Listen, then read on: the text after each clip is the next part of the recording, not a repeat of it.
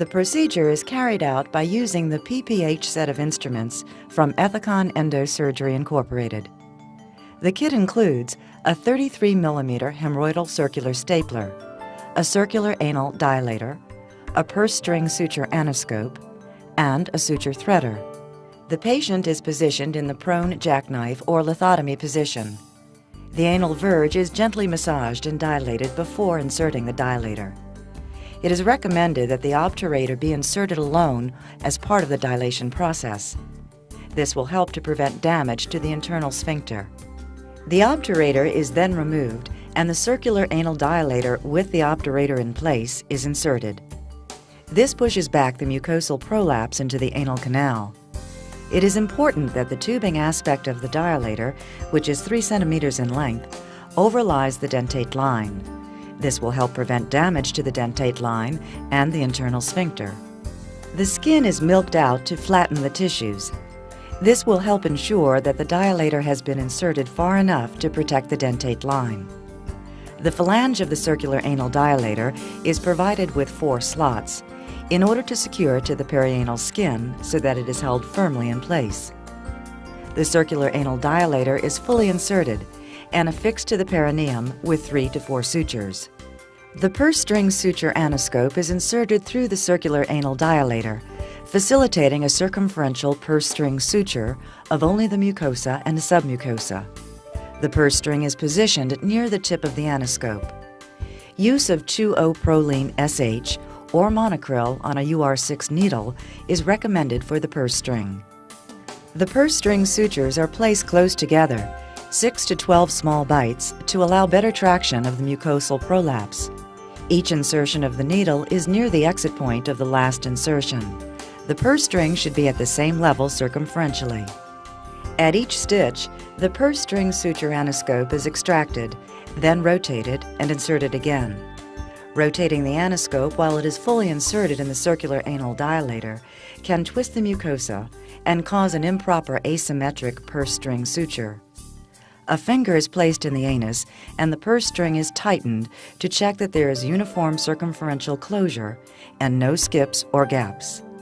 The location of the purse string suture must ultimately result in a staple line that resides at least 2 centimeters above the dentate line.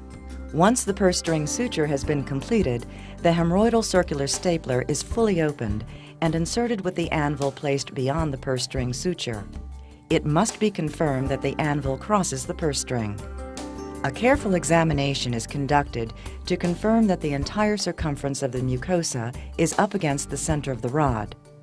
A surgical knot is made to secure the tissue onto the anvil shaft, and with the help of the suture threader, the ends of the threads are pulled through the lateral channels of the stapler.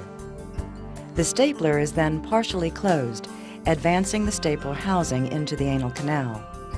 The stapler housing of the hemorrhoidal circular stapler is longer than in conventional circular staplers and is provided with centimeter marks on top to facilitate its positioning in the anal canal.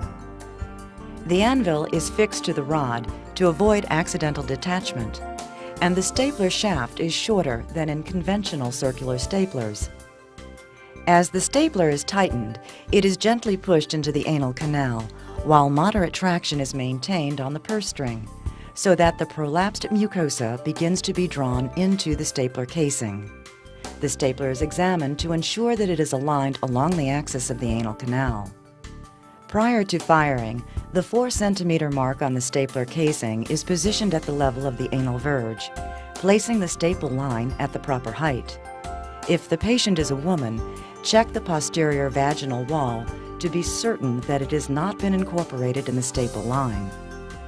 As the stapler is closed completely, the orange indicator will advance to the low end of the green gap setting scale toward the smaller B, shaped for the shortest closed staple height. Tighter staple compression may reduce risk of bleeding from the staple line. Be certain not to touch the safety until the device is ready to fire. Release the safety and fire in one fluid motion. Keeping the stapler fully closed for approximately 30 seconds before firing and approximately 20 seconds after firing acts as a tamponade, which may help promote hemostasis. A half to 3/4 turn of the adjusting knob of the stapler facilitates its extraction. Additional turns can cause interposition of mucosa between the anvil head and the upper edge of the circular anal dilator. The purse-string suture anoscope is reinserted to facilitate the inspection of the staple line and application of sutures to any bleeders. Some surgeons may use Spongostan-like products to improve hemostasis, or a catheter to detect late bleeding. The donut is checked. It should be a 3 centimeter wide strip of rectal mucosa with minimal presence of muscle. The removal of skin tags, if present, is not recommended because this will result in greater postoperative pain for the patient.